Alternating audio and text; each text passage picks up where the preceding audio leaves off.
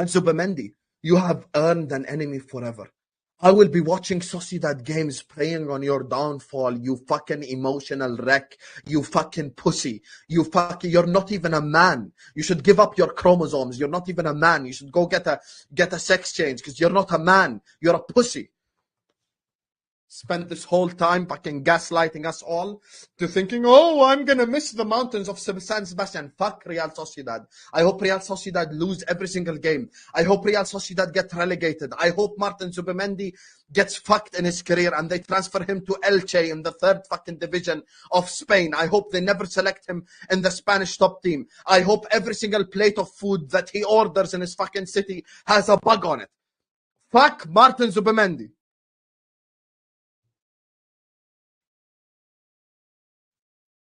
Bismillah ar-Rahman ar-Rahim. Hello people and welcome to Footage.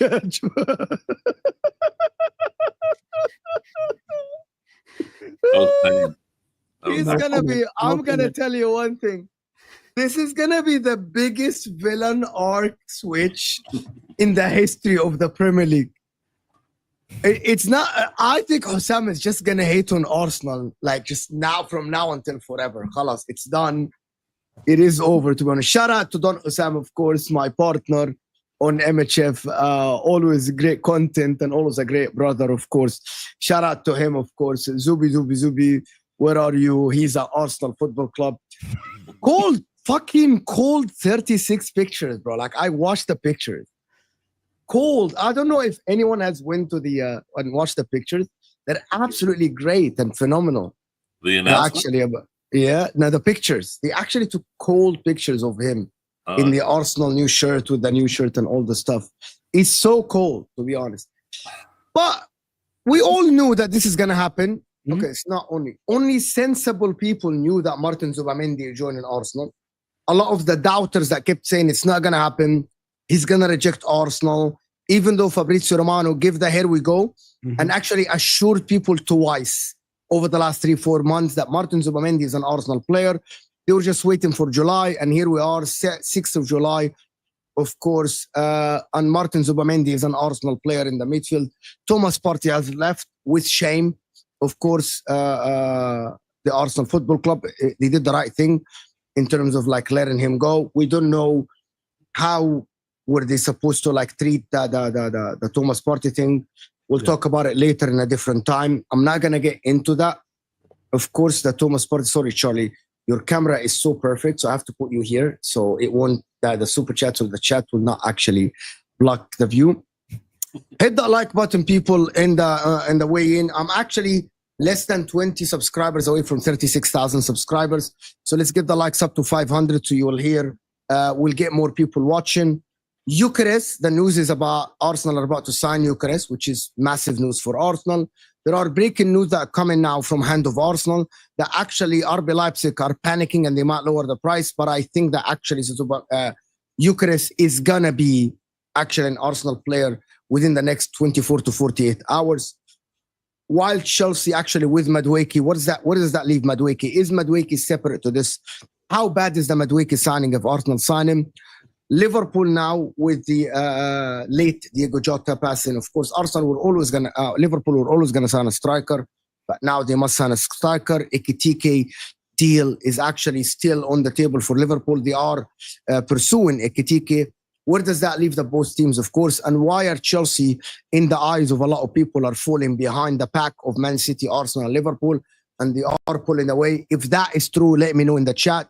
Are Arsenal, Liverpool, and Man City pulling away from Chelsea? Are Chelsea left alone on an island as the fourth best team in the country with signing João Pedro, Gittens? Should Chelsea have gone for, oh, my English is gone. 6 months in Egypt and my English is gone completely. Should have gone for the likes of Gyokeres or someone like that. We'll talk about it as well. A Man City midfield with Reijnders, Rodri, and the front line, how good they are. Are they still ahead of everyone? Of course, we'll talk about it. Of course, hit that like button, people. How is everyone doing? Of course. All good. Yeah, good, mate. All good. Well, good, man. Thank you. How are you? I'm good, Matthias. How are you? You're right. Man, but You scared of Arsenal yet? no. How is no?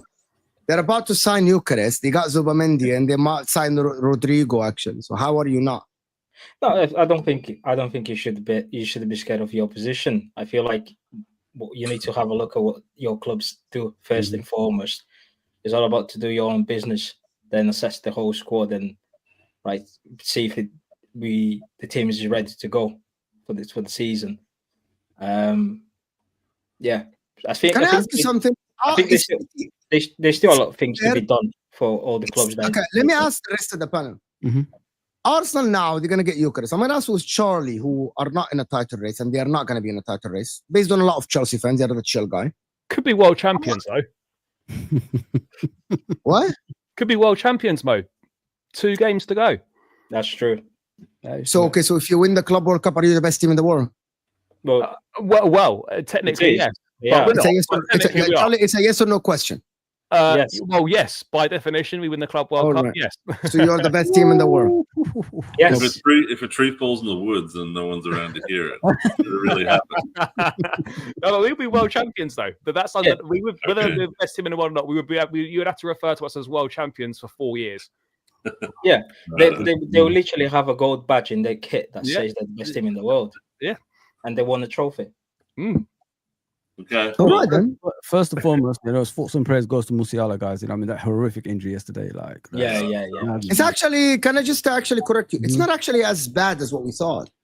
What was it? It's actually not. It's a fractured fibula. It's going to be out for 3 to 4 months. I thought it's actually a broken ankle completely. Yeah, it looks way worse than it actually turned out. They report. Yeah. It's not. It is not good, yeah. But it's not. I thought he's going to be out for the whole year.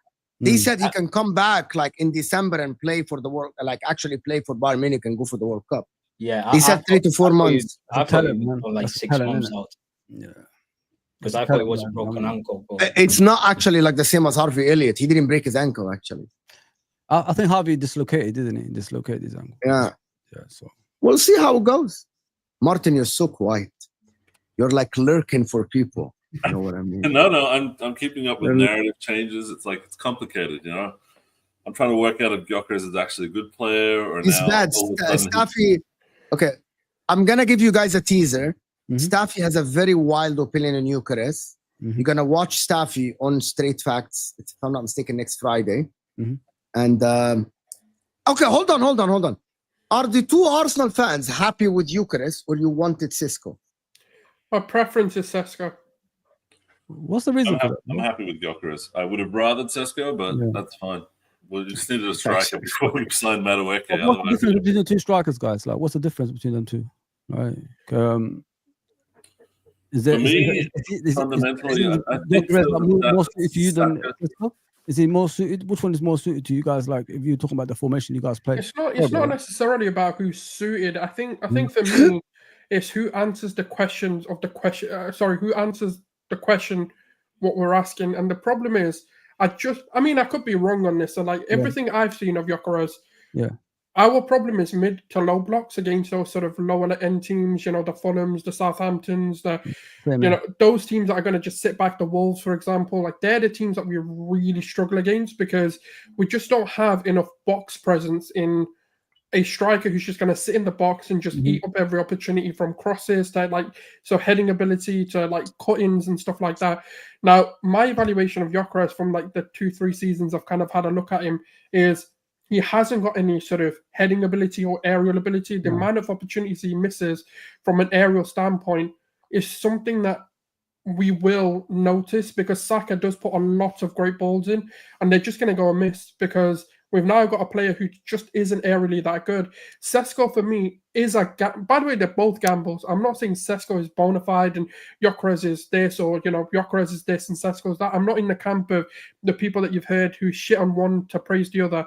I don't really mind who we get in, but I have concerns of whether he can answer those questions against the lower opposition. Because the thing is, as much as people shit on Havertz, the one thing he absolutely has done is make us unbeatable against the big teams. Obviously, alongside Declan Rice and Saliba and Gabriel and stuff. But since Havertz and Rice have come in, we have actually not lost to a big team.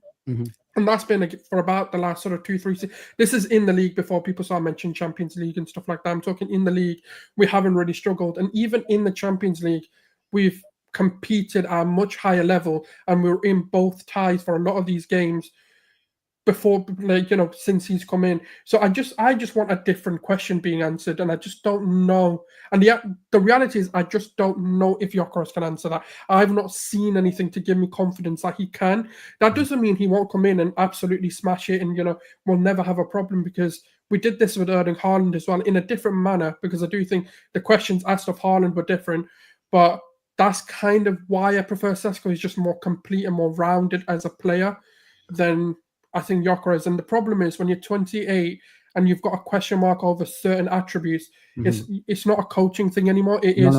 This is who he is. Like, you just got to accept him for what he is. Is it a concern, right? I'm not saying it is. I'm just putting it out there that seemingly out of both these guys, Gyokeres and Sesko, no one wanted them other than Arsenal. Now, I'm not saying that means they're bad players or anything, but is there maybe a concern that other teams are seeing maybe question marks that Arsenal aren't seeing, or question marks that Arsenal prepared to overlook? There's a lot of top teams that need strikers, and yet it seems that Arsenal basically got a free run at Gyokeres, and if they wanted to, they could have had a free run at Sesko. Do you think there's any concerns? I'm not saying there are or aren't. I'm just putting that out there. The only weird thing about that is Chelsea haven't come in for either of them for me, because otherwise the rest of the clubs are either not sure they need a striker like that, or they know that they're down the pecking order, like Manchester United, for example. They don't want to go and make bids on players that don't want to go to their team necessarily. So I think they're waiting to see what happens with Arsenal. We've made such a big song and dance about needing a striker that I think everyone's just getting out of our way and letting us get our business done, and then they'll dive in there and grab whoever's left. But I'm with Souls mostly. I'm a Sesko fan, but I don't mind Gyokeres. I just want someone who's more of a clinical finisher as part of our striking options. But I think Sesko offers maybe a big game goal feature, which, he'll just score a goal out of nothing, out of nowhere, outside the box in a moment where you need it, or he's so tall that he can get to a corner or something. That kind of made sense. But we've got enough in Havertz to, I think, complement. And maybe Gyokeres forces us to play a different way where we're not trying to head the ball in all the time. So I also think Gyokeres is a signing you make to get over the line. And that's what you need to do. Because I look at Sesko and he's 20, 21. That's a signing that you probably would have made if you were sort of in the first couple of years of Arteta. You're looking for a signing to get you over the line. And if you're talking about getting over the line, and look, there's no guarantees that Gyokeres gets you over the line. Sesko could have also got you over the line. You never know. But if you were taking a bet on, out of these two guys, who is more likely to get Arsenal over the line, surely Gyokeres is the guy that is probably more likely to do that. Am I allowed to actually interfere a little bit and just put a little bit of logic and just decorum on this stream? Absolutely not, Mo. We don't do that. We don't do that. Allowed to actually give people like a little bit of perspective. Gyokeres, on paper, in every single stat, actually is better than Sesko in every single stat. Yeah. Progressive carries, progressive passes. You know what I mean? Goals per 90s, XG per 90, everything. Gyokeres is better. For some whatever reason, and that is my opinion. Mhm. Arsenal fans like Souls and like Martin, who didn't watch both extensively, fell into the trap, that is my opinion, of the PR that happened over the last 2-3 months from a lot of people that kept saying that Sesko is better. Right? I think that's disingenuous. Hold on. Here it comes out. Just let me finish the take. Not 3 months. None of us here have actually sat down on the weekend watching Sesko play for RB Leipzig against Hoffenheim. And none of us watched Braga versus Sporting Lisbon. We only watch them sometimes when they play in the Champions League or some big games in Bundesliga or Portugal, Sporting Benfica, Porto, and all this stuff. The problem is the Arsenal PR has been so strong that Sesko is better. Sesko is only better than Gyokeres in the delivery of his heading. That's it. And also his XG. Actually, Gyokeres outperforms XG by a bigger margin. Okay, I'm literally watching the news. XG per 90, Gyokeres actually is better than Sesko percentage-wise. Outperforming. I said, man, like no. I know exactly what you said. I'm not stupid. Yeah. Outperforming XG means you have 10 XG, you score 15 goals. Sure, yeah. I get what you're saying. Gyokeres is better than Sesko percentage-wise. He isn't, though. Statistically, he isn't. If you look at the stat websites, it doesn't really matter. I think fundamentally people are allowed to have opinions on who they would prefer. Like, I know what Gyokeres is as a player. I've watched enough of him to understand what he brings, and I know what Sesko brings. I prefer Sesko, but I'm not out here trying to kill Gyokeres like the Glock sexuals were doing when they were like desperate to rubbish Sesko. And Mo, you flipped up on Sesko yourself. Like 12 months ago, you were like, Arsenal should never sign Sesko. He's a bozo. They're not serious. And then you were like, Arsenal should get Sesko. He's better. And then now you're back to the other way. You're like, triple flop. Okay, Martin, I'm gonna bet you £100. Okay. If you find one time that I said that Arsenal should sign Sesko over Gyokeres. I need one time. I need one time out of all the videos that I record. I need one time that I said Arsenal should sign Sesko over Gyokeres. I need one time. I'll bet you 100 now. Can I just say one thing? Yeah, I kind of agree to an extent. What the Arsenal fans are saying. I feel like Gyokeres is the Haaland type of strike. With the season when we brought Haaland in, we had to change the way we play. We had to be more direct because obviously we had a number 9 in the box where we need to feed them, basically. Whilst when we didn't have Haaland, it was like false 9. It was more fluid. Everyone was getting involved in the build-up just to score a goal. And I feel like it's kind of true when you have this sort of transitional striker, you struggle against low blocks. And we did. Even when we got Haaland, we really struggled to break teams down because we focus on just pin the ball into the box and hope for the big man. And Haaland heading ability is not that great. He's good with his feet, like he makes the run. You just need to find him. But when he's in the box surrounded with 3 at the back, 3 really giant players, he struggles quite a lot. However, I feel like this is where people say Sesko fits more than Gyokeres, but you need a killer in your team. These things about having heading abilities. You are repeating the PR again. You're repeating the PR. Gyokeres, I'm going to repeat again because I don't want this. This is wrong, but you're wrong. You're wrong in one thing. No. When I say I'm going to give you one thing. I'm going to give you one thing. Gyokeres, hold on, Matthias. Gyokeres play in a team that plays more position than Sesko. So how is Sesko the guy that excels in tight spaces against low blocks and Gyokeres not? Gyokeres plays in a team that average 60+% position. No. Mo. Gyokeres is the better players for them, for Arsenal. Because Oh yeah, 100%. they need a killer right now. That's what I'm saying. They need a goal scorer. Yeah. In terms of heading ability, you've got your whole team literally can score from header. That shouldn't be a problem. Mate, let me ask No. But here's the problem though. People need to understand what questions we have, right? What are the concerns? We can't beat Fulham. We can't beat those kinds of teams. Who's likely, right? Forget about who's better for a moment.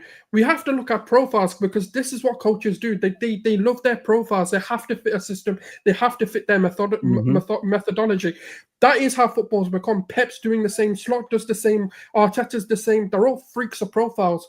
Now, my thing isn't Gyokeres or Sesko. The question I'm trying to answer is who is going to help us on a more consistent basis beat the mid and low blocks. For me, when I see Gyokeres, I haven't seen enough to say that he can, but I've seen Sesko answer those questions. That's all I'm trying to say. That isn't me shitting on Gyokeres and saying don't bring him in. That isn't me saying I'm absolutely disappointed in signing Gyokeres. I don't mind who we get. I'm just saying I have concern. Now, I do also, like, if people want balance, I also have concern to Benjamin Sesko, despite him being my preference. Now, we haven't really seen him perform on a consistent basis. We haven't seen the goal-scoring record. He is a very much an unknown. He's learning. Right? Do you not think that having Gyokeres, then you have Harvard as a backup, then you've got two different type of strikers in that sense. Where but Havertz doesn't answer the question for mid and low blocks either. That's why we're looking for a striker. If Havertz answered that question, we wouldn't care to get a striker in. I reckon Madueke might unlock a few of them. What's that, sorry? Madueke probably unlocks a few low blocks for you. No, he doesn't. We're not going to talk about that guy yet. No. We need to sign like 7 or 8 players. The way that I see Gyokeres like being fine is if Eze and Rodrigo come in. That answers our low block question. Because they both have the ability to unlock those, regardless of who the striker is. But the problem that we've always had is low blocks and mid blocks. As soon as you do that, we're done. We're finished. But that's not solely the responsibility of the striker to break that down, though. That's got to be a team responsibility, hasn't it? Yes, but you need the right striker to be able to do that as well, to occupy those defenders. Can I give you guys one thing? Can I have one sentence? One sentence, and then I'm going to let Martin talk. Okay. I actually think Kai Havertz is better than Sesko. Go ahead. Wow. Well, as a centre forward, who's just been as everything. Imagine everything for Arsenal. Kai Havertz as everything in a team that plays high position like Arsenal, in a team that averages over 60+% ball position, with a team that plays with wingers like this. I genuinely think that Kai Havertz is better than you. He's not a striker. He's not a striker. He doesn't matter. Faster than 5 kilometers an hour. I will not hear this bullshit. Okay, sorry, excuse my French, but Havertz is not a striker. I don't want to hear it. We've been through this. Okay, he's a floating false 9 midfielder whenever he wants. He's not a striker. He can't kick the ball with either foot, which Sesko can clearly faster than almost anyone else, and he can run faster than Havertz, and he can jump higher.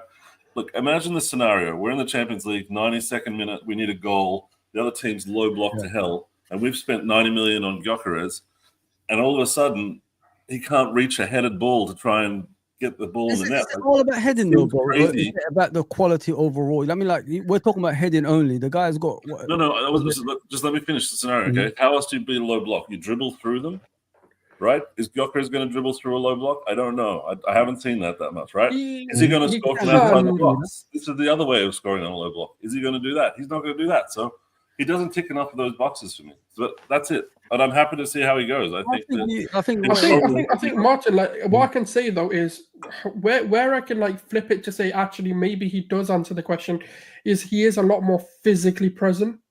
Then not forget Sesko for a moment. I'm just talking like in general. Like ignore the other options for a moment. Because I think when we start doing this comparison thing is when people start to go like, oh, you prefer one to the other. I don't really mind. But Gyokeres for me, like where he could excel in that and where I can kind of see it is his strength and his ability to hold on to centre backs. But my other concern is the Portuguese league is just shit for defenders. It's just shit for defenders. Like, yes, the odd exception comes out of it, but their defending is woeful. So it becomes hard. Like when I'm trying to watch him, I'm like, That's just shit defending. You're just not going to get that in the Prem. And Sesko's also suffered that. The Bundesliga also has certain bozo moments in defenders and stuff like that. Completely. But it's just, I don't, like, the thing is, like, that's the question I need answering. Havertz has already answered a lot of the questions against the big teams and stuff like that. I just need to beat the lower teams. And that's, you know, when people are saying, how do we get it over the line? That's the striker we need. I don't need the striker to beat City. I don't need a striker to beat Chelsea. I don't need it for Liverpool. So you, I need it for those. Let me ask you this. So are Arsenal now, with Zubimendi and Gyokeres, are suited to actually win the Premier League? Well, you think just those two? Not just, but it's mentality, Mo. Like, I don't think it matters so much about the quality they've got. It's, for me, it's up here with Arsenal. You can go and sign a Gyokeres, you can go and sign Eze, you can go and do all these things, right? Great players, and they're a squad that's very close. But I would never look at the quality of Arsenal. I would always look at Arsenal and think, have they got it up here? Because right now, they don't have it up there. You always know that at some point, a moment of weakness is coming from Arsenal mentality-wise, you know. Even if they're on 10, 15, 20 games unbeaten, even if they're top of the league for X amount of days, you know that they still got doubts in their mind. I don't really truly know deep down, do Arsenal actually believe they've got what it takes to win the big ones? I don't think they do, because the evidence is there. But you could say that. I mean, we say that to Tottenham fans, and then they win one the Europa League, right? Like, I think fundamentally we've just got to sign the right players for our team and focus on, you know, getting more creativity, fixing the problems that we had last season, and fundamentally being able to handle more injuries better and all these kind of like players being out issues. So our second team's looking much better if we get these 6-7 players, but I don't believe we're going to sign all of them. So until now, I'm just like judging them as they come in. Zubimendi, fantastic. Do you know what it is as well? I don't. You're right. I don't think players being signed is going to change it. I think it's winning a Carabao Cup. If we can go on a really good Carabao Cup run and go get to the final and just hope to get it over the line, that will prove to be the key to unlocking us winning things. Because the problem is, you know, when you're so close every single time, it is mentally draining. Like, every time you're coming second, you're 1 point off. Now you're this many points off, this many points off. Like, for me, it's hard to. That's what we need. We need that starting. Do you know, like when a striker or any player is on a goal drought or a clean sheet drought and stuff like that, and you start seeing like their head drop until that one goal comes back in, then that goal just opens up a floodgate of goals coming back into for that player. That's what we need. We just need something to start the catalyst of winning, and that's they need to win. They need to win. You've got a very good, decent group of players that they need to lift silverware.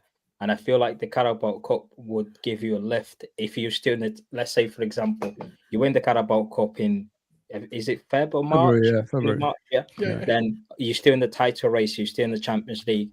That gives the taste of coming from the place, right? Okay, we know what win feels like. It's a small one, but we want to go for the big ones. It happened the same, for example, to Newcastle. When they won the Carabao Cup, I think they were sat in 8th. And I said at the time, Newcastle will go now and get Champions League football because the play is motivated now. And I feel like I agree. Like 3 years finishing second, it does hurt. Mentally drained. Like it's going to be even more harder for the manager. What are we doing here? We did 3 years second under Wenger. Yeah, but it's going to be hard, like, to motivate the players. Right, we need to go. I completely disagree with this. Like, what are we doing here? Sorry, Mo. Can I say something real quick? Sorry.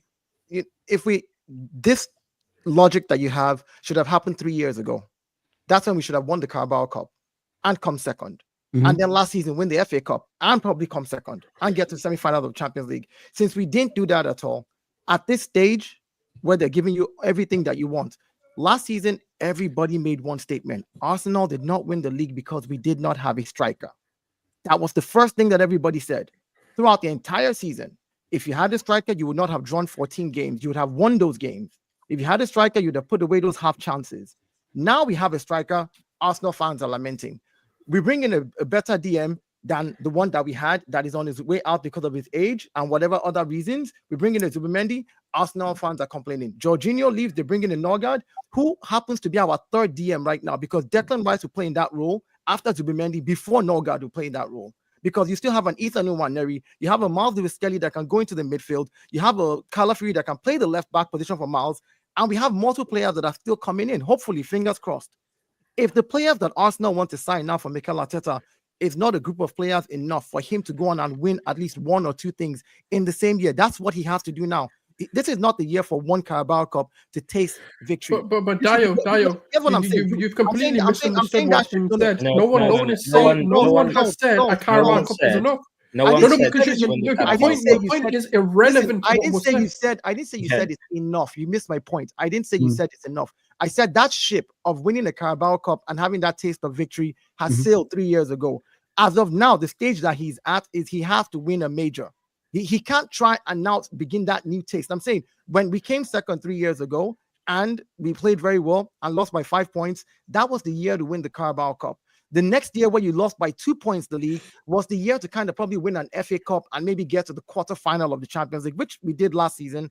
2 seasons ago. And then last season, get to the semi-final and win a Carabao Cup and come second. This year with the addition of the striker that we said we've been missing, the second thing that cost us issues last season was squad depth, which they're addressing right now as well because they're bringing in multiple players.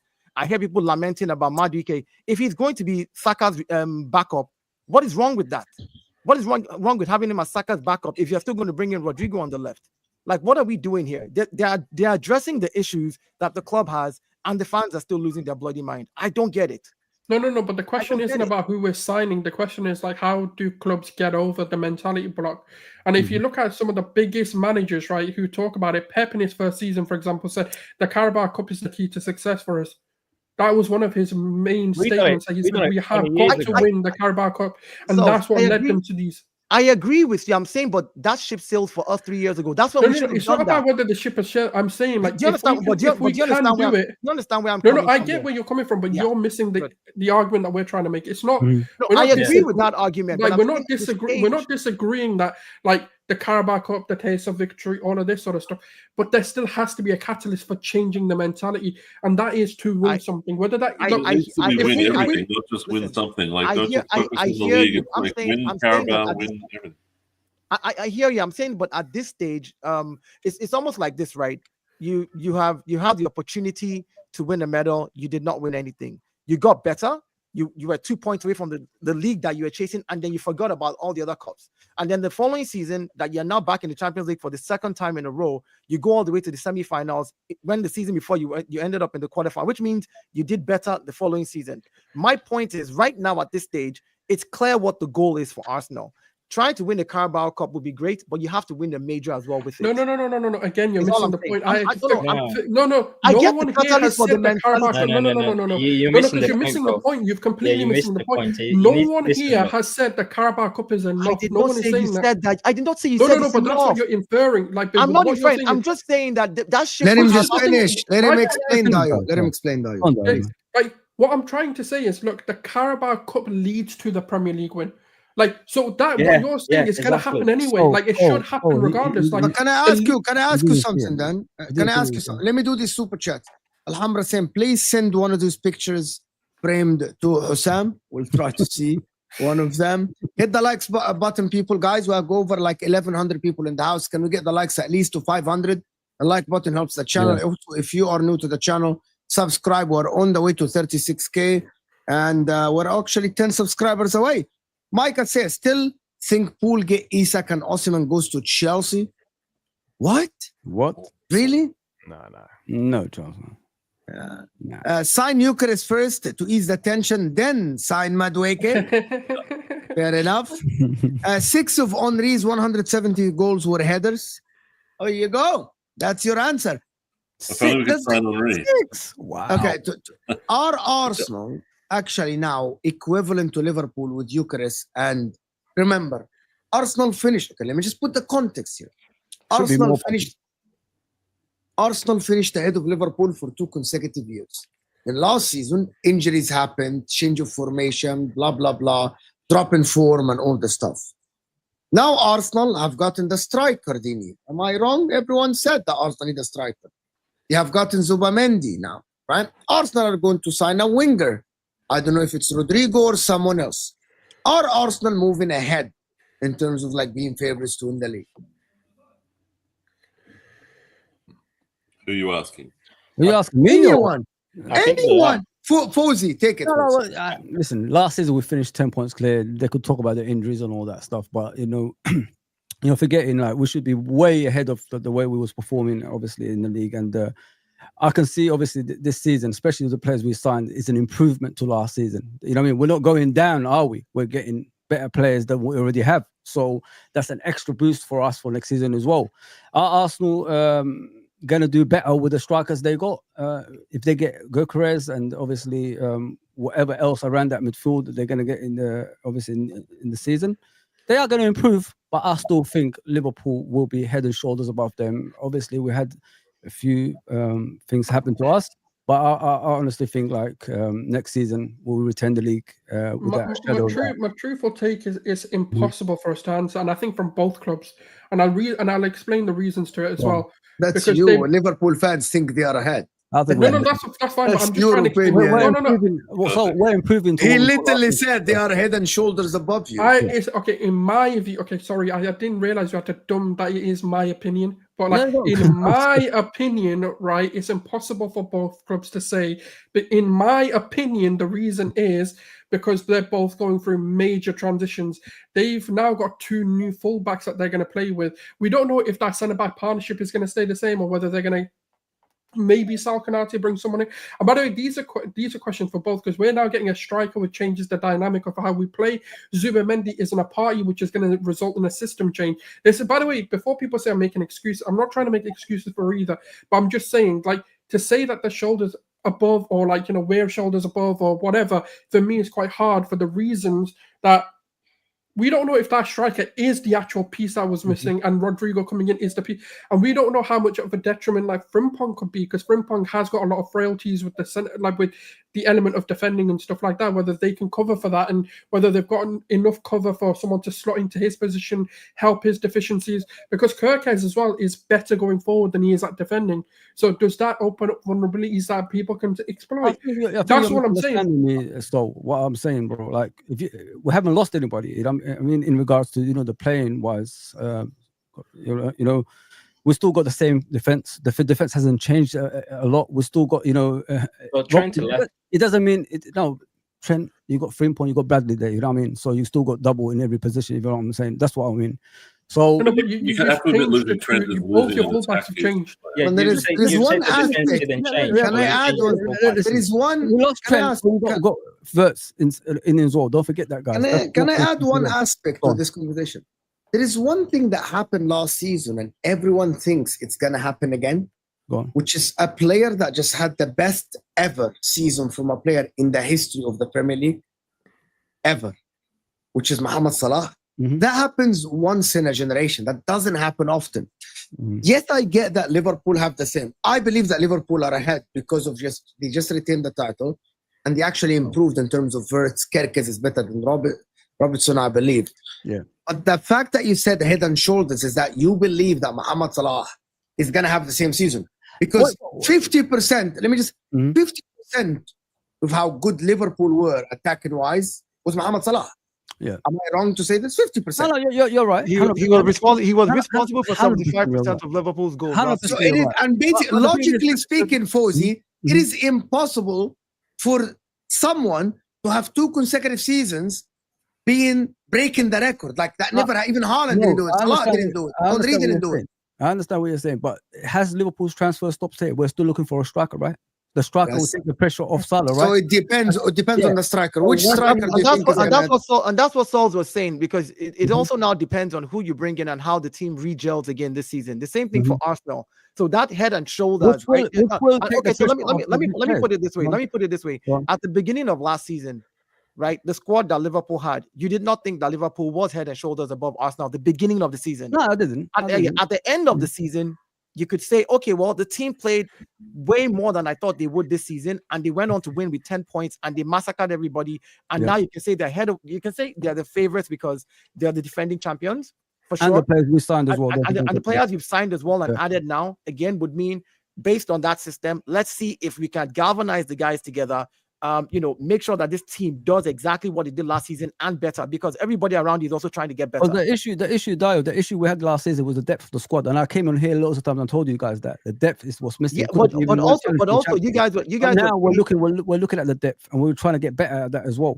So this I agree with you. That's why I said that I can't say. That's why I said I can't say I can only say Liverpool are favorites because they're defending champions. Yeah, you're working on your depth just like everybody else is working on their depth. Yeah. Chelsea has a world of depth right now. They have like 792 players on their book. God knows, they have 11 people for every position in Chelsea. 11 players for every position. And sub for those 11. They have another 11 for the 11. Charlie has muted the stream, I told them last year they've got 43 players. But all I'm saying is, like, Liverpool, I would say, are the favorites for me this season because they are defending champions. Like I said, City were the favorites because they were defending champions. But if we do the if, buts, and maybes, if Arsenal does get Eze, Gyokeres is on his way in. Fingers crossed. If Arsenal gets Eze, if Arsenal gets Rodrigo, if these are the targets that you're better than Liverpool. No, not better. It's still, they have to. No, I'm being completely honest. No. I'm even going to use the same logic. Unless they get easy. Okay, unless they get easy. Let me finish my logic. See, I'm going to use the same logic I used for Liverpool at the same time for Arsenal. Even with that, unless they gel and they do what Liverpool did last season, it doesn't matter. You see what I'm saying? Like, you can have those guys. And unless they go on a run like Liverpool did, and again, injury-free, fingers crossed, as much as possible, injury-free, fingers crossed. Everybody has injuries, so no excuses. But you're injury-free and you have your players available to you, then we can talk about it. But for Liverpool have one player that is the most important player. Actually, I'm gonna tell you something. Liverpool have two players that actually they don't have any replacements for. Mohamed Salah and Virgil van Dijk. They have no replacements for. I agree. And I believe that 50% of Liverpool's strength lies in these two players. But that's my belief. That's what we're trying to free up, innit? That's what we're trying to free up next season with the signs. No, you're not trying. Liverpool are not trying to get a backup for Salah. Charlie, what do you think? Well, that's probably part of the reason they're going for Mark Gurley at the back. Why aren't Chelsea in the title races? Spend a lot of money and you have a lot of players. And I thought you were going to be world champions. So we could be world champions, but that's totally different to why that different? You said you're the best team in the world. You answered yes. Well, no, but you have to be. We'd have the gold badge on the chest for the next 4 years if that does happen. But tell them. Yeah, look, I don't think we are in a title race. I don't think we've got quality, but I don't think we've got. Charlie, let me ask you a question, brother, before you go on. Like, what's the plan? What is the plan for Chelsea? Like, where do you want to go next season? Chelsea is Tesco's, man. They're waiting for people to come and shop from them. They're Tesco's right now. They have all the players in the world. Come buy from us. Their biggest client is Arsenal. In place, like what? Arsenal is the best client. Not really. Actually, their sister clubs are their best clients because what they do is they bring in players and then they pass them to their other clubs that they. Jorginho, William, David Luiz, at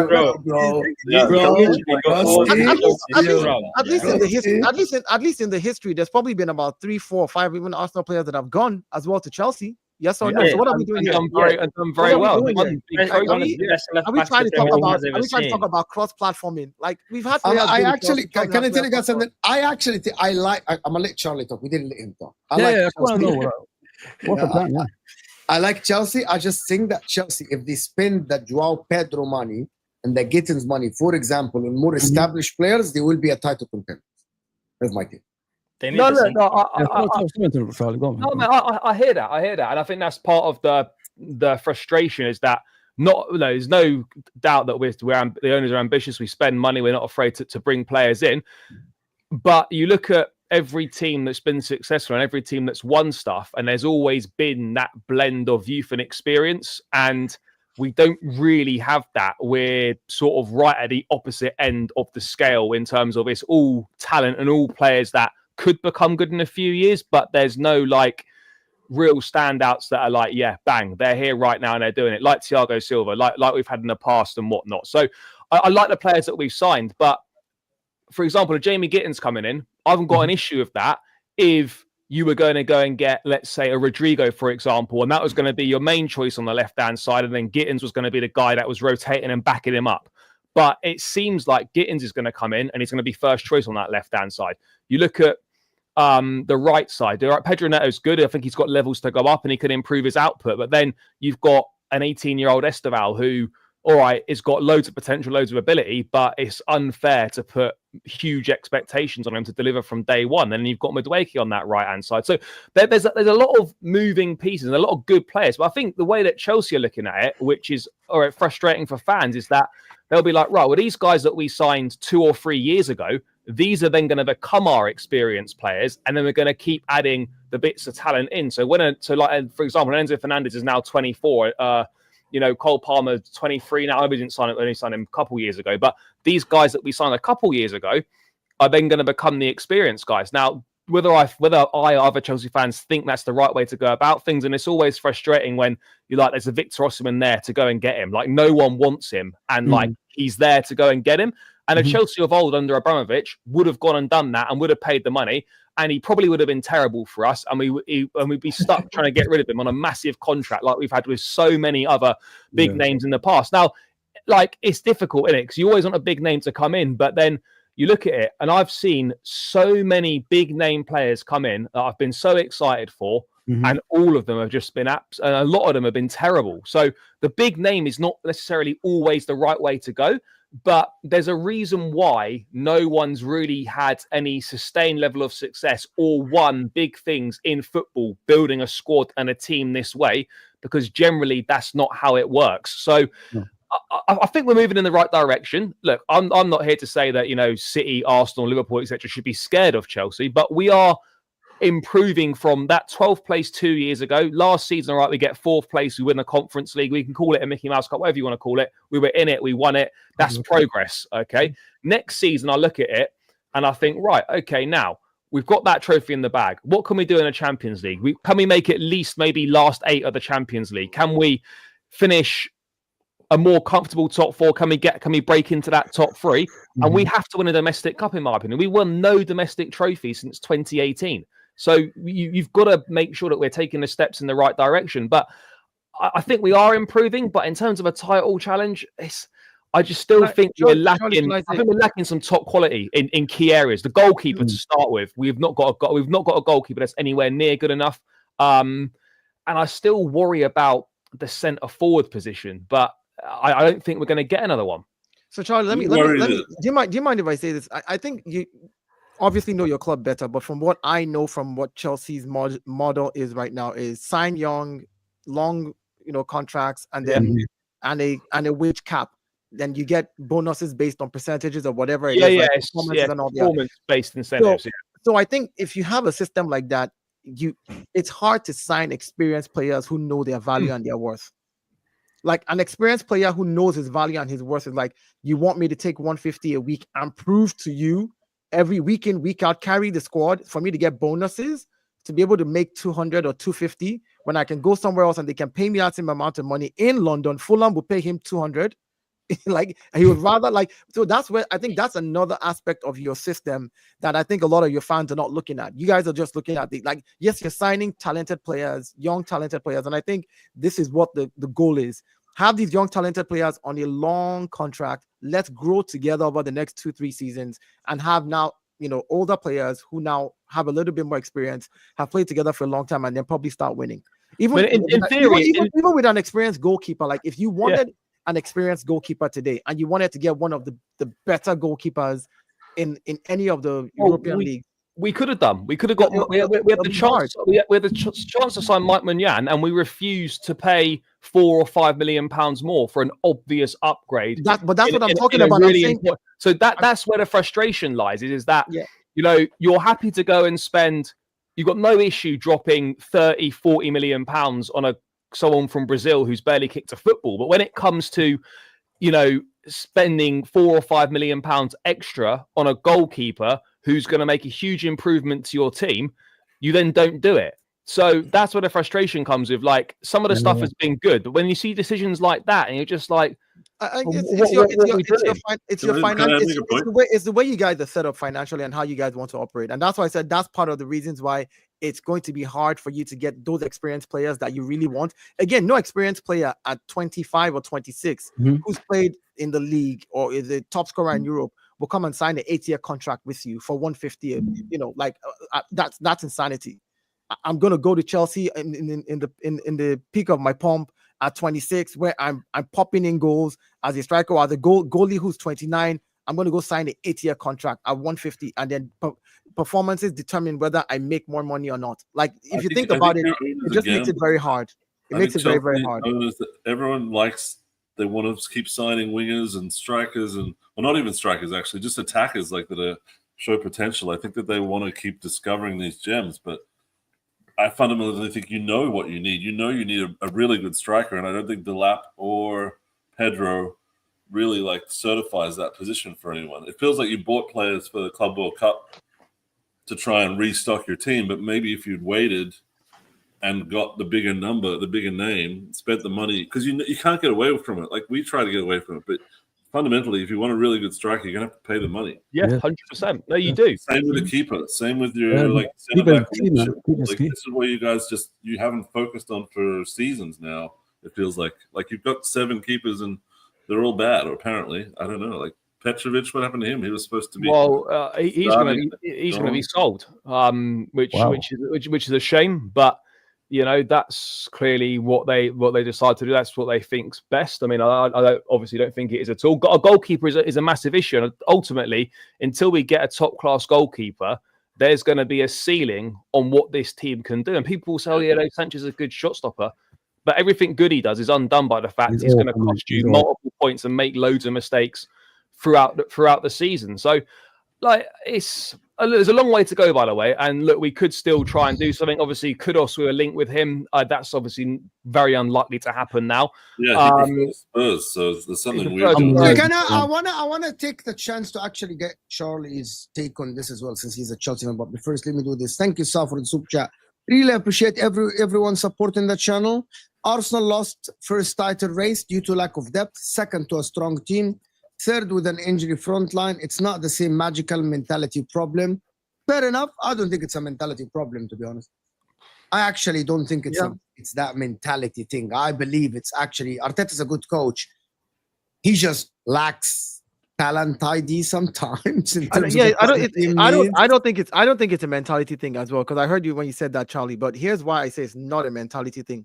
If you remove Mohamed Salah from Liverpool last season, who was responsible at some point in the season for 75% of their goals, if he was injured, take away 75% of Liverpool's goals. Yeah, but other players would step up though. Hold on. Yeah, we again. Who like would they have? Darwin Núñez? Yeah, the Liverpool fan who Darwin Núñez. Take it easy. Like Liverpool will tell you themselves that without Mo Salah staying fit all season, a lot of them would have been biting their tongue if he was injured and they had to play Darwin Núñez. I would be. They would.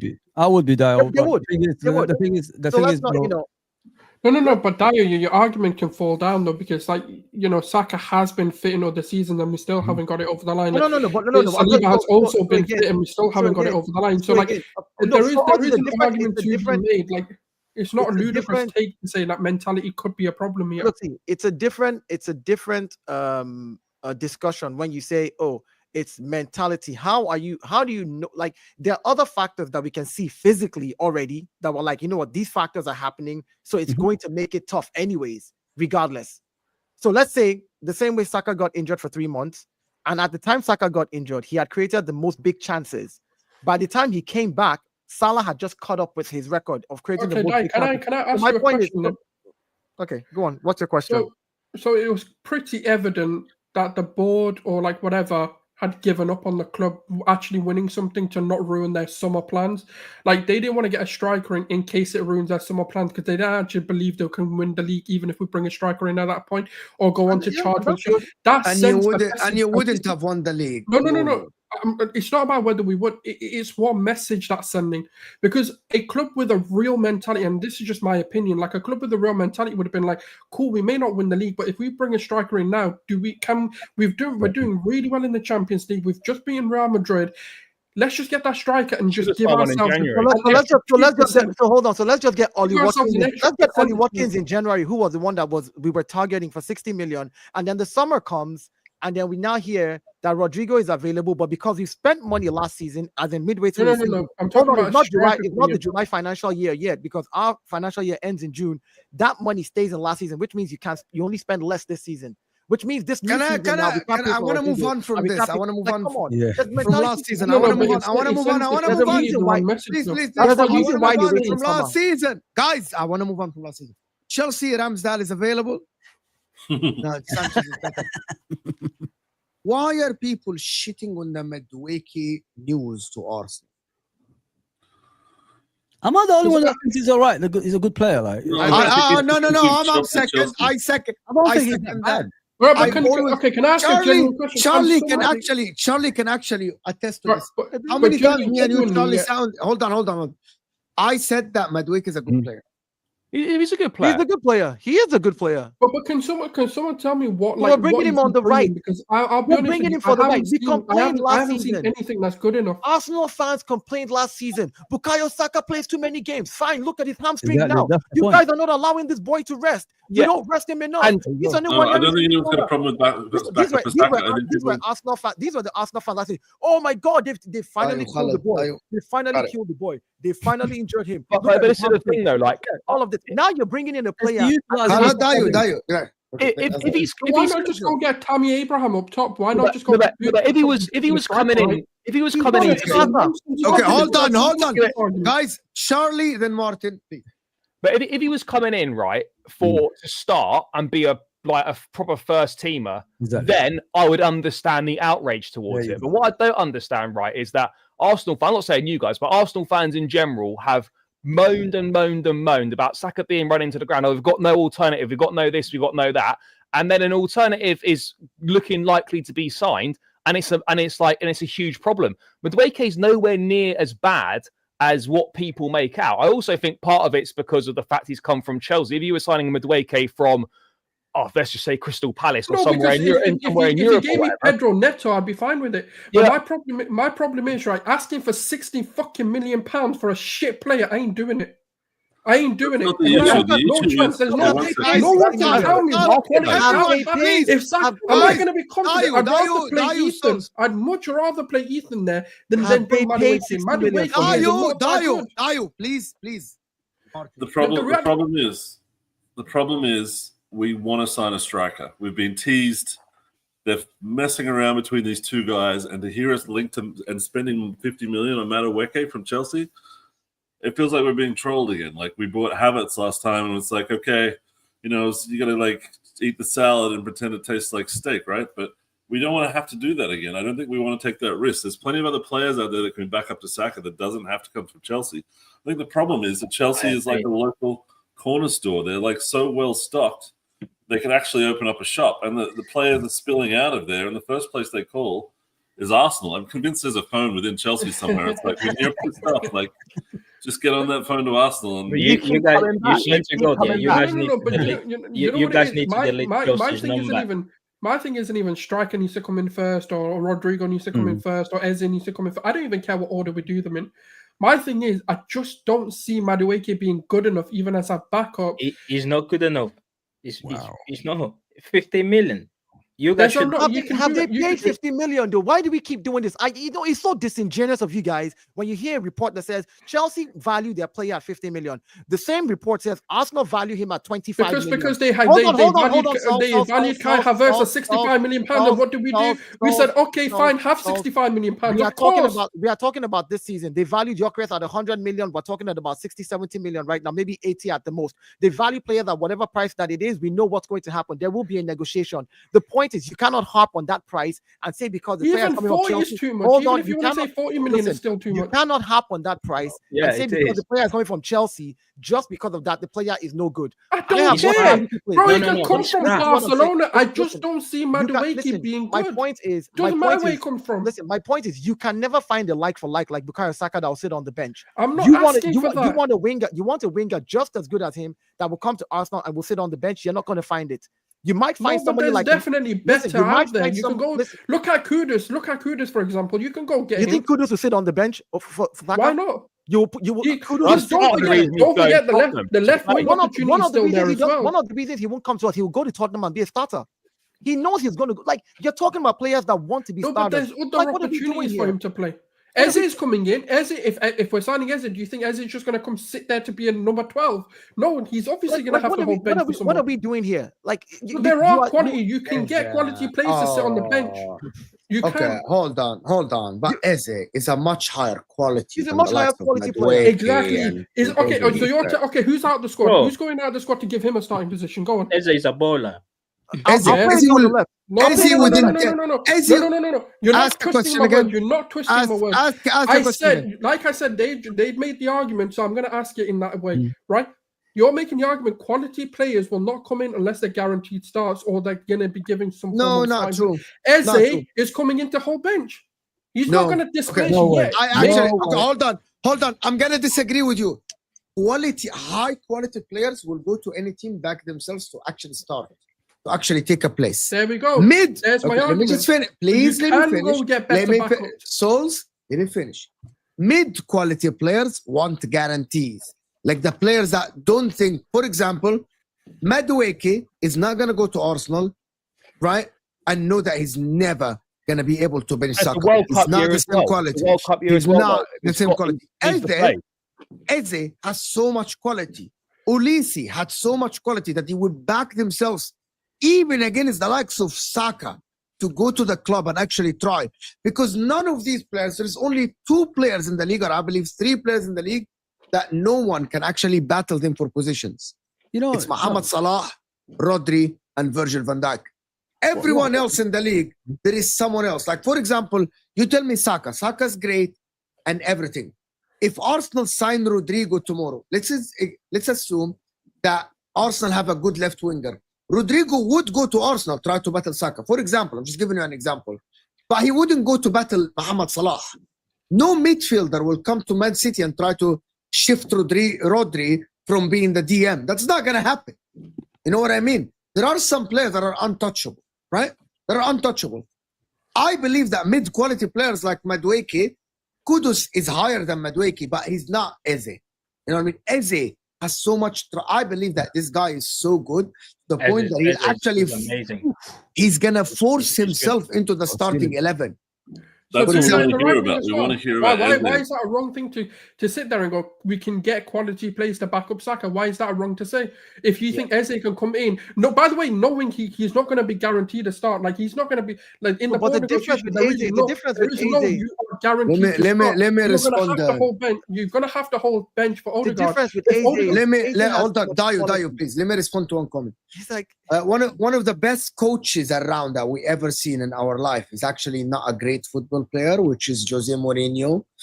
And don't say that this panel don't know how to kick a ball. leave because Olu, some of us- leave Olu. Olu is Olu. Some of us I'll send you my- actually are bowlers. You don't know. I'll send you my you don't video know clip. about where I was me, scoring- mate, so don't say me, bro, man. I'll send you my video clip where I was scoring the bicycle kick. Don't do that. Don't do that. Like, My stop. players Martin are on, wanted to say something. Martin, go ahead, please. You haven't spoken for a while. No. I mean, I said it before. I fundamentally, no, I'm not going to get into it. It is what it is. I don't want to keep doing on the same stuff here. So You know what it is, guys? Can I say something, guys? Yeah, you know, like what I fail to understand, like when people like prejudge players on performances in other teams and don't even look at them when they come to like Arsenal or something like that. It's what I don't understand. I've seen a lot of players in the past, like come to Liverpool, naming Salah, Mane, all that stuff. Before they came to Liverpool, everybody was criticizing them. Oh, Liverpool are going for these players. Why? He failed at Chelsea. He failed. Why are we buying players from Southampton? They're not good enough. You know what I mean? As soon as they come to Liverpool, they're legends. That's what I'm trying to say. You can't ignore. I'm a hater. Let's say I'm a hater of Madueke. Someone explain to me what he's good at. What is he good at? Listen to you. So if you're judging Madueke, that's how you say his name, at Chelsea, it's completely wrong in my opinion. Meduki. That's Yeah, I'll so give you his entire life. his name is Tell me actually what any Madueke. point of his Not only life, that, even like- in the under 8s, if you've seen something, what has he done good? That's all I'm asking for. Qualities of Madueke. He's not in his footballing career, bro. Just let the guy breathe first of all, and secondly, No. I'm asking what is his good qualities. he doesn't just play in The the guy right wing. is a does he? good right plays winger. all He can over come the in at the front line, back doesn't of he? Souls. What are we talking Yeah, about? yeah, here? hold on. No. I'm asking a flipping simple question. Why is everyone dodging it? Go on, What bro. is he good at? educate me because clearly I don't know anything about him. He's a Dribbling. 1v1 demon. 1v1 is very good. Actually, I believe he is quick. Actually, He can play on the left as well as the right as well. by the way, he can actually pass with both feet because he can. That's why he plays on the right side. He is not. He doesn't excel in anything, like in everything, but he's actually good at some stuff. Like I believe he's a very good, adequate backup to Bukayo Saka on the right Good side. squad player. He's a good 100%. squad player. Very, 100%. very good Who? as a backup for And Bukayo he's Saka. 23 years old. Yeah, of There you course. go, Dial. 23 years old. And he's still got a city. He's Like, 23 years old. Broski, How many hold on, as a backup? Broski, hold on. Broski, Matthias, your wingers are literally Doku and Savinho. So have some shame on the floor. Bro, and, like, any But injuries he's involved, able to- Wingers are literally any injuries Savinho involved and means he Doku. can cover it as well. Don't forget, guys. Like, he can play the left and the right. So Yeah. there you go. Broski, Madueke, Doku. I like Doku. He's a one-on-one demon. He's great at everything. Bro, I don't even rate my wingers. I don't know what's your point.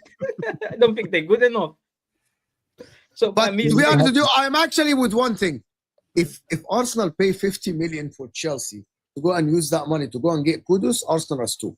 Right? Let's establish this. But 50 million no. is a why Arsenal- are they Arsenal- stupid? Arsenal- Why are they fair stupid? price. Because 2 seconds ago, you've just said he's a quality player. Exactly. I don't get it. You Why can't. are You can't. You by can't the way- tarnish the sign by of the the- top. Okay, No by matter the way, what he is. by the way, He's a quality Souls, player that we've Souls, hold on. You cannot have someone, Matthias here, trying to twist my words, which is I am the best in this shit, and then you interrupt. I said he's a quality backup player. Yeah. He would So it's not a waste of money then. Yeah. Which they no, want but 40 to quality 50 million backup. pounds Do you for. hear? Do you know what Yeah, backup Allah, is? Ya I get it. Allah, Yeah, Ya yeah, Allah, yeah. La ilaha illallah. If he's a quality backup, that means you didn't waste the money. No. Yeah, but 50 million is a lot of money for for a backup. That's what Charlie, we're saying. Can I? How much? I'll say Quality one backup. one thing. Yeah. Again, quality backup is not 50 million Dayo, value. just Let's give me a stop second doing because this. I want to ask Charlie, how much Charlie do you think Madueke is worth? Honest. Well, You're not in the Chelsea book. if you're looking at the market right now, right, and you He's gonna see that chat shit. and you see that Elanga is going to go for 55 million, when you see that we've paid 50 million basically for Jamie Gittens, if you're looking at the value in the market, right, this is a Premier League proven player, an England international. He's English, and you probably put on a little bit of Premier League tax as well. 50 million, I think, is fair price. I think that is Of fair course price. you think it's fair price. Berta's not watching, Charlie. Can But we in what world, right, is Madueke, should he be worth less than Jamie Gittens? That just doesn't run in any situation. Yeah, whatsoever. I can explain to you. Yeah, but your Gittens- stupidity shouldn't mean I should pay for it. That's not No, my fault. I'm not saying that you should pay, but I'm saying that 50 million pounds is if you look at the market and you look at what similar players are going for in that position, then that is. Okay, so you're I think that's a by fair that price. logic, you're saying Eze isn't that much better because he's only going for 60. Yeah, that's you're his saying release 50, clause. But 10 million that's pound but difference. no. Come on, But man, let's not do this. Eze is a release clause that had been put in his contract before. Like if Eze didn't have a release clause, He's the same- you know how much Eze would be going for right now? Probably more than that 60 million. If Eze did not have a release clause and you wanted to buy Eze outrightly, you have to put context. No, but we're talking about we're talking about what players are going for. I don't care. That's their problem. Their stupidity is the market working in my favor. I don't the care. market is inflated by the way we agree. But my point is, someone like a Noni as a backup is not a bad backup. That's all I'm saying. Look. Now, what I'll you say pay for one him, thing, what right? you With pay this, for which will him- clear up thing. If we get Eze and Rodrigo on top of Madueke, I'm fine with it. Otherwise, fuck this guy. I Oh, don't okay, care. finally. Now your We are sentiments are coming out. live. There's a No, bigger I problem, want. It guys. has There's a to be bigger Eze problem. and There's a bigger Rodrigo. problem. It Wait, We've got has him on got side. to We've be got him on those two. side. please, I wait. don't give a Eze. fuck otherwise. Because the Wait, thing one is, sec. if he comes in on top of those two, I couldn't care less. Okay, Okay, Because Mark, it's like there's a whatever, bigger innit? problem. Mark- There's a bigger problem. Okay, you guys, Chelsea, you need to like the players you sign. Okay, and Man United the same thing, because we end up with these grenades flying around the market. You guys are going to end up with Garnacho. We're going to get Madueke. Like, we're doing like a weird. Just sign better players so you don't have to sell them 2 years later, and like they come back to us because we love a discount. So I just wish everyone, like, I don't. If you guys get Garnacho, then that's a bigger L than us getting Madueke. They might get Well, Rashford. no, if we got Arsenal L for L. sign, okay, Wallah, I'm gonna tell you guys something. If Arsenal sign Zubimendi, which is already in the team, Gyokeres, Eze, Rodrigo, Norgard, Kepa, Mosquera, and they get Madueke, this is the best window ever in the Premier League. Ever. If they get if they got money to Ever. spunk on And I don't want to they hear got money to spend any on Eze. fan telling me Kroenke out from now on. I don't want to hear one fan tell me if that happens. It Not will, one it fan will only, tell me it will Kroenke out. only class, it will only be classed as the best transfer window if they end up winning the majors. That's not how it works. You have to make the No, decision. no. That's not how it works. No, windows are judged differently in it. Windows are judged different. That's not how it works. Because Pretty sure everyone said West Ham had the unbelievable window last summer, and then Yeah, no, they did. They did have were it. They shit. did have it. Yeah. They did have But it. having a good window don't really mean nothing. Manager's have- the issue, mate. I mean, It's just- two things can be Yeah. true. You can have a great window, but like I said, if your players don't gel for the season and they don't do well, then they don't do well. Last season, nobody thought Liverpool was going to Nope. win, coming off what happened didn't the buy season anyone. before. Yeah, nobody thought that. So it's about the way the team is prepped for the season and how. and that they is actually different pick up. than actually assessing the window. Yeah, guys. That has exactly. So nothing the to window do. is the window. You can buy all the talent in the world. I remember when Haaland came to City. I remember that season that you guys got Haaland and all the streams. There was one particular, but I think it was Rory. Yeah, who said, "Oh, Haaland is going to flop this year. Like he's going to flop in his first season." Blah blah blah. No, because he said that he will need time to adjust. That he That backs means him to stuff. play very well the following season. But that season, Haaland went on and scored what 50-something goals and assists. Right? Yeah, He I'm not broke mistaken. records. He for broke the records. Premier League So the goals. point is, if they gel, your window might be good, but if your players don't hit the ground running, then that's the problem. But you had a good window. Now, if they gel, that's a different thing. We'll see what happens. Yeah, but your If- outcome, unless- your outcome, Unless the Liverpool, outcome unless of the- Liverpool sign Isak, and now No, we're talking. No. different. The Oh, outcome, yeah. the outcome of your season, they always tend to reflect back in the transfer window. No, it doesn't, because there are too many factors. Because Liverpool had It a does. basically. I'm gonna explain to him. I'm gonna really explain to him. Very simple. Liverpool had a 0 out of 10 window last summer, and they fucking won the league. 0 minus 1. They signed Nunes Chiesa and they won the They league. didn't play. Basically. The ball. No. It's not only that they had a 0 out of 10. They actually left Salah, Trent, and Van Dijk to the last year of their contract to affect their season, and they still won the league. So basically, Liverpool had a negative. Liverpool didn't only fail in the transfer window last season. Then they got a minus 10. Minus 10. And they won the league. You kind of missed the point with the Liverpool. Liverpool had a massive transfer win in the clubs last season. No, Obviously- no. Hang on. What? You're misunderstanding there. We had to replace players. Players left in order Yes, for the other ones yes. to come in. That's what It's happened. still a in that transfer window. window, whether you're replacing players or not. It's still a transfer window. Yeah, where but you last sign season, players. they didn't buy anybody. We And didn't they- buy they went nobody. to the- No, last You- season, you- either. if What are we if you doing? let me finish, you will Mhm. understand. the You point. spent 200 million in January. Why didn't you win the league? You went up in January and spent another 200 That is million in January. In the winter. Why did you not just come and overtake and win the league? Because that you had a good window. I mean, you brought in amazing players in January as well. These are very good players. Let's call a spade and not a guardian utensil, right? It is what it is. Now that you've brought in these good players and your window is looking good, that means you should have gone on from that 5th position and won the league and won the Champions League. Because that's what you're saying by your logic, that if you have a good window, it also Right. depends on what Can you I- win. with okay, it. you've asked a question. Can I answer without being Yeah, interrupted? go on. Right, okay. So the outcome of your season would always look back onto your transfer window. Yeah. The reason why we went into the market in January is because of the poor summer transfer window. Because of the poor summer transfer window, we were having the season that we were having.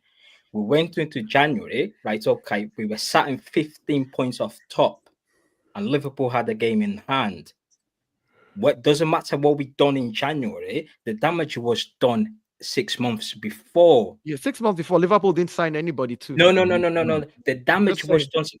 You don't get it. You see, that's the problem. I said in the clubs last season, they addressed what they had to address. Obviously, things didn't work out in that season. So for I'm club. confused. So if when you have a really when Slot came in, they look at the players that they brought in, and they're like, okay, I might need the one to transfer window, which he didn't get at the time, but he made things work based on the. So how far Listen, back for are you example, going? the So then McAllister. do we No, have no, to no. now revise No. what The we said about? McAllisters. Well, wait there. Oh, The let him listen to his McAllisters, thing. the Gravenbergs, the McAllisters, the Gakpo, they're a result of the last summer transfer window, when the last year of Klopp. Okay. Yeah.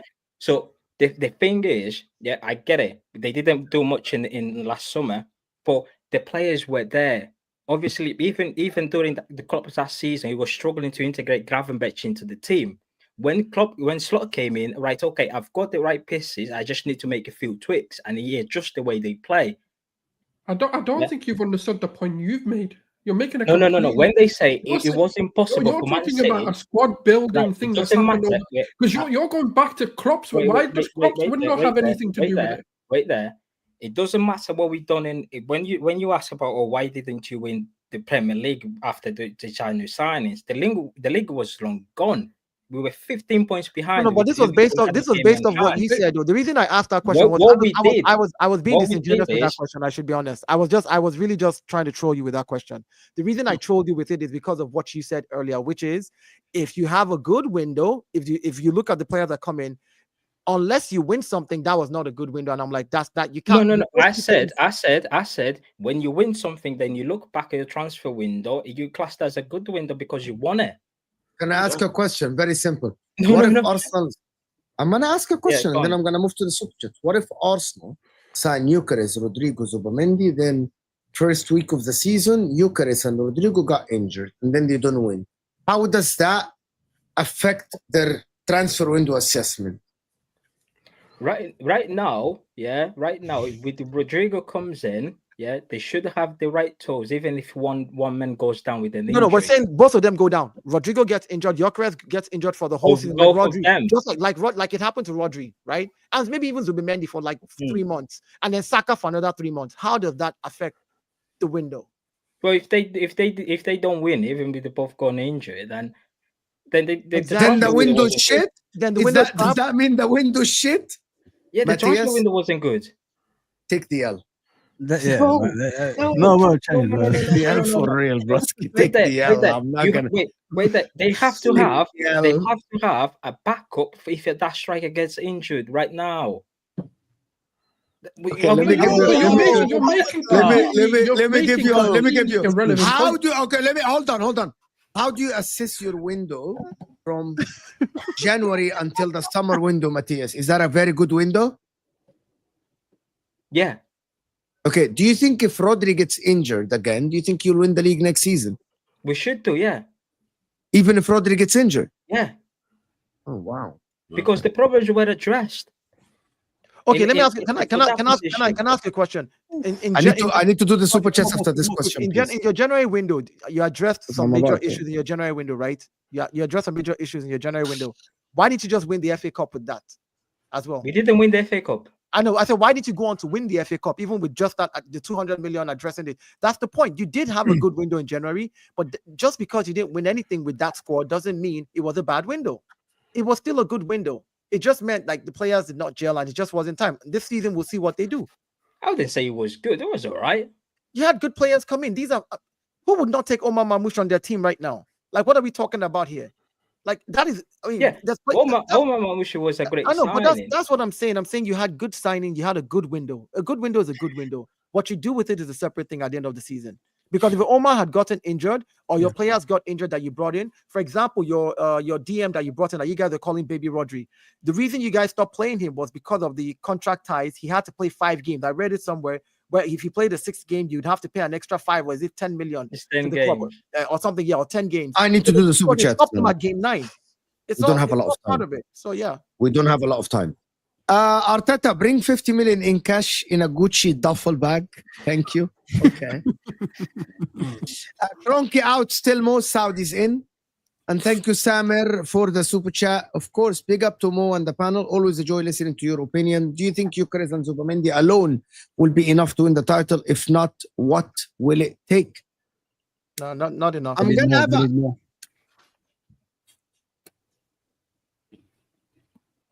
Can I answer? Sorry. Okay. In my opinion, Arsenal already in the last 2 seasons, not last season, have had a very, very good end of the season, and they actually were very, very good, right? They pushed City to the end, right?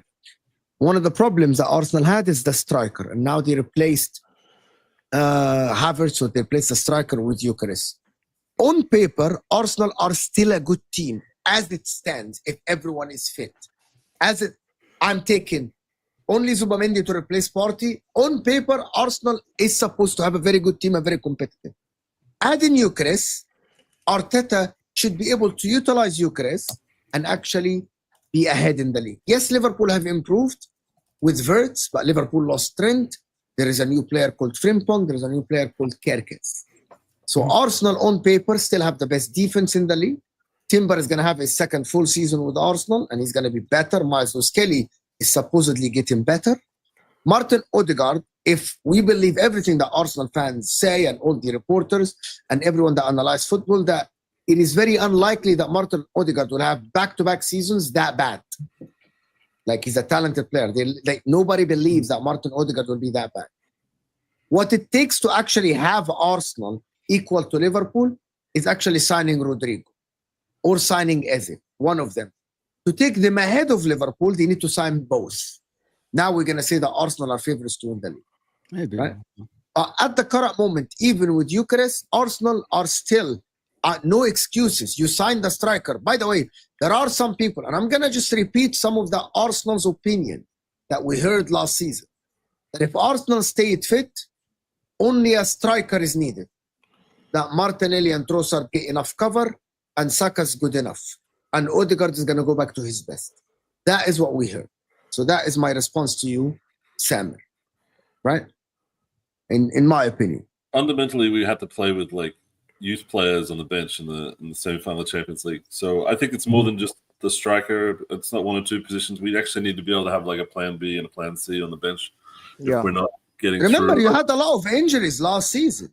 Yeah, But it's not an excuse for me. Remember, I told you last season, I said that. Yeah, that's but it's not. But we're assuming that 3 teams are without injuries. I believe that Arsenal have a good team to compete. So that's why Martin Yeah. is right. We need a plan B and C so that if there's injuries, you can still keep pushing. Unlike last season, where we had to turn Mikel Merino, a defensive midfielder, into our attacker, like using him as a 9. Like, that's crazy. You have nobody else to bring in as a 9. You have to bring in one of your midfielders or your DM as a 9. So that's crazy. We need more depth, in the squad. But do you want my opinion?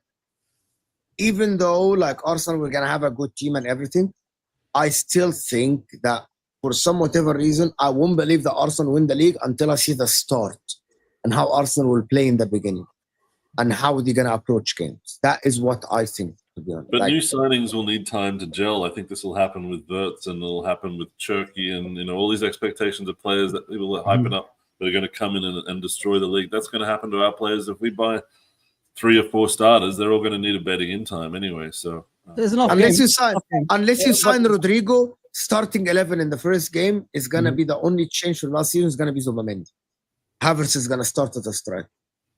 First 2 games, at least. First 2 games. Fundamentally, but I mean, at the end of the day, again, if you sign proven players who have played in the Premiership against us and played against, like an Eze, for example, if you sign an Eze, like he should be able to hit the ground running. Gyokeres is going to hit the ground running for Liverpool. Let's stop this nonsense about talking about. He played in the Premier League. He's played against Liverpool. He's played against Chelsea. And he's playing with better players as well. And he's been to all these stadiums. There's nothing grand that he's seeing again this season. It's just a different team he's playing with and maybe playing a different style. But let's be realistic. Players who have played in the Premier League are going to hit the ground running. They should hit the ground running. Kudu's going to Tottenham, should be able to hit the ground running. Now, if you're talking about the Gyokereses and the Zubimendis and like the Reds, the Rodrigos, a few games, which is why preseason is very important.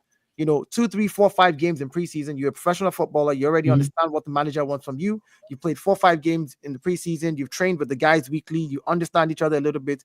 Come in, do a professional business in the first 4 games. So you build that gel. And then now you know if you've got enough games, you've got enough games in the Premier League, though. Like, there's enough. And there's enough games again. There's going to be Carabao Cup. There's going to be FA Cup at the very beginning where you can actually use some of these games if they are the easier ones to just kind of get the team to gel together. So, hey. Mo, sorry. Got what? Bombshell? Yeah, I think they have reached an agreement with Sporting Lisbon, actually. That's an Arabic news outlet. 80 million, 70 plus 10 in add-ons. Mo. That's euros. Don't say. See? You're going to use euros for this. Remember, This is going to be euros for them. I know. Euros. Now, Man, what about Inter? Who are you guys signing? We are fucked. With Banter era, You're getting we're gonna Rasmus, battle mate. for top 4. Broski, I'm gonna tell you, Wallah al-Azim, we hired a coach that has 12 games only in the top flight, like as a coach, like as a top flight coach. 12 games, bro. Was your head hot watching Al Hilal and Inzaghi? Beat Don't get PSG? me started. Don't get me started because it's a sensitive for topic. Mate, you're getting Hoyland though, so it's all good. Beat City. Yeah, they hired Kivo. By the way, they're gonna sell Dumfries to City for 25 million euros. Isn't Çalhanoğlu going as well? Yeah, he's going. I Basically, don't think it's happening. I think we are actually the worst ever, like negotiators. Like Galatasaray came and said we only gonna pay 15. Inter said we want from 30 to 35. Galatasaray we're only gonna pay 15. Inter said we can accept from 25 to 30. And then they said we can only pay 15. He's like, okay, give us 15 plus 2 bonuses. Here we go. He's a player. It's like, it's just fucking weird. Let me do this before we end the show. So you're gonna end up with Rashford, Sancho, Garnacho. Wallah al-Azim, I would, but all of these are wingers, to be honest. Is So Barella Arteta, oh, sorry. yeah. He was never gonna go. Okay. Arteta won't hinder these chances. I believe under pressure, he hasn't proven himself yet. This year, he will be under extreme pressure. That is what Charlie said earlier in the show, to be honest. That he'll be under extreme pressure. And I don't believe, can I tell you guys something? There is no one in the league is under pressure other than Arteta. That's a narrative. Wallah al-Azim, I believe no one. I'm just saying that's a narrative. He was born in pressure. Molded that is my belief. Okay. Pep, thing, if Pep doesn't win the league and come second or third, whatever. Okay. If Chelsea finish 4th and don't challenge for the league, all right. If Liverpool get second, then yeah, fine. If Arsenal get anything but first, it's the end of the world. You know what? Or the Arsenal Football Club. Well, you know why I like this narrative, right? It's so sweet, but it's the same people who will not say anything about how much Chelsea has spent in the last 3 years. They will not mention a word about it. They will not mention the word.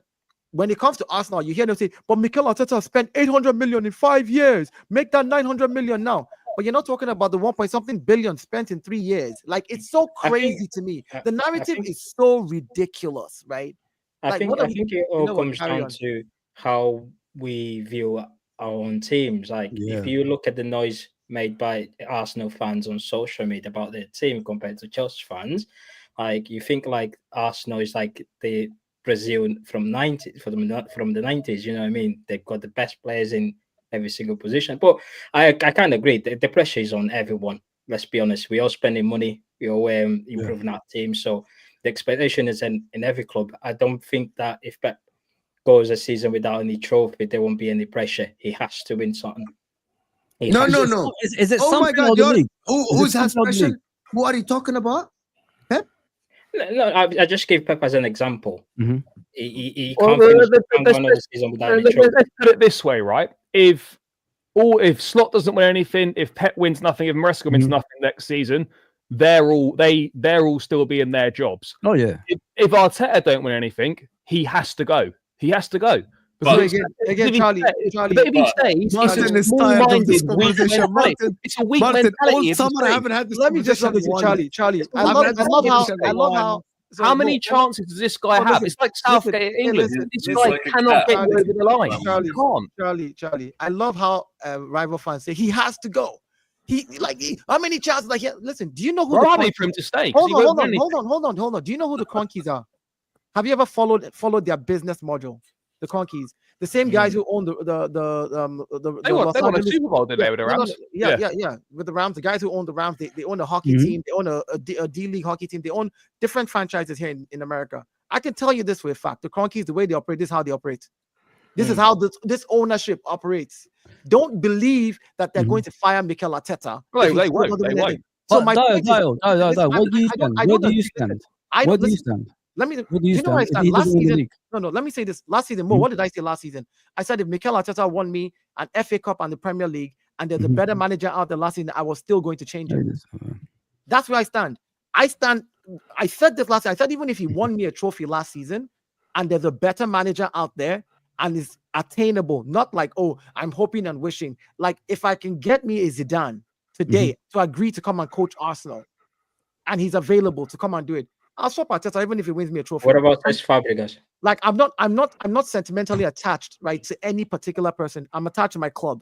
But the difference is the ownership. I know them from watching what they do here with their franchises and how they operate. So I don't give myself any expectations of them. That's how the ownership is. They're going to work with him. They're going to work with him until he wins something. That's how they are. I only worry about commentary from clubs that finish above me on the table. So feel free, Liverpool, to give us advice and talk about mentality and all these kind of things. But unfortunately, Chelsea and Man City this year, you guys don't get to like question our manager and look at all this kind of stuff. Worry about your own business, like you said at the start. You know, I've never questioned your manager, though. Don't worry about sacking my manager. It's not that important. We can talk about something else this next season, hopefully. But I really hope that we don't talk a lot about Arteta out and shit. Bro, Well, do you know, Dayo? I have gone now 3 months without, like May, June, July without, not July. So 2 months without talking Arteta out, Arteta in. I haven't. I succeeded until just Charlie just brought it up. Well done. Great. I think the second you're doing a bare minimum job, I think other clubs need to be up there, challenging, being in the mix. Like it's just part of like winning is you're going to come second sometimes. You just have to get through it. Like fall off a horse to get back on it. You just have to keep buying better players and outthink the market. Look, honestly, like me, if I were the owner of Arsenal, like the way I think is very different. Mo, when you asked me last season, what did I say I'll do in the summer? I said, I don't care how much Isak is, I'll go and pay it. Like I will break PSL rules. By the time they finish investigating me, I've won the league. Like that's the kind of owner I am. Like I will literally go out there and spend 450 million. By the time your investigation is done, we prolonged it. The league is over. We've won. I'm getting the best of everything. I'm getting the best manager. I'm literally, that's what I'll do. But I'm not the owner, and I know how the owners operate. They don't mind waiting 8 years to win something major because it's a family-owned sporting franchise business. That's where the difference is. Well, it's different when the conglomerate. It's different when the conglomerate owns it, where there's like, all right, cool, like this whole company, but this is like literally. And the way they operate with their hockey team, same thing. They win the Stanley Cup now, and they'll wait 4 or 5 years, and then eventually they'll push some more money in. At some point, they're going to win something, and they'll win back to back, and then they'll back off again. Just because they're where they're at. It is what it is with them, you know. So until we probably have new owners, I don't know. But for now, they're not going to fire the dude. I already know that for a fact. So I'm just going to not raise my expectations. But me personally, I've told you what I'll do.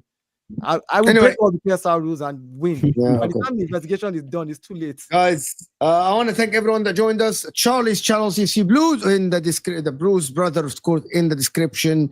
Go and follow Charlie. Fozi's channel, of course, is in the description. Go and follow him, of course. Thank you, Martin. Thank you, Souls. Great chat. Thank you, Dayo, for joining us, of course. And appreciate you, Matthias, as always. You're so quiet these days, Matthias. I'm seeing something is cooking in the background. I don't know why, but fine. Appreciate everyone that is here. Now we'll go to Ahwa. I don't know what is Ahwa about today. Of course, it's about Gyokeres and all the stuff with Saad and everything and Madueke. Big up everybody that is here. Hit that like button. We actually passed 36,000 and we are 50 likes away from 500. So hit that like button. We're absolutely gonna see you guys tomorrow in the National League. That's for you, Mo. Happy New Year, Martin. Shit. Don't worry, it's not copyrighted or anything. It's for you. It's for you. Passing the. I always use it on my channel. It doesn't do anything. Don't worry. It's explosion for you, bro. Okay. All right. See you guys. We're out of here.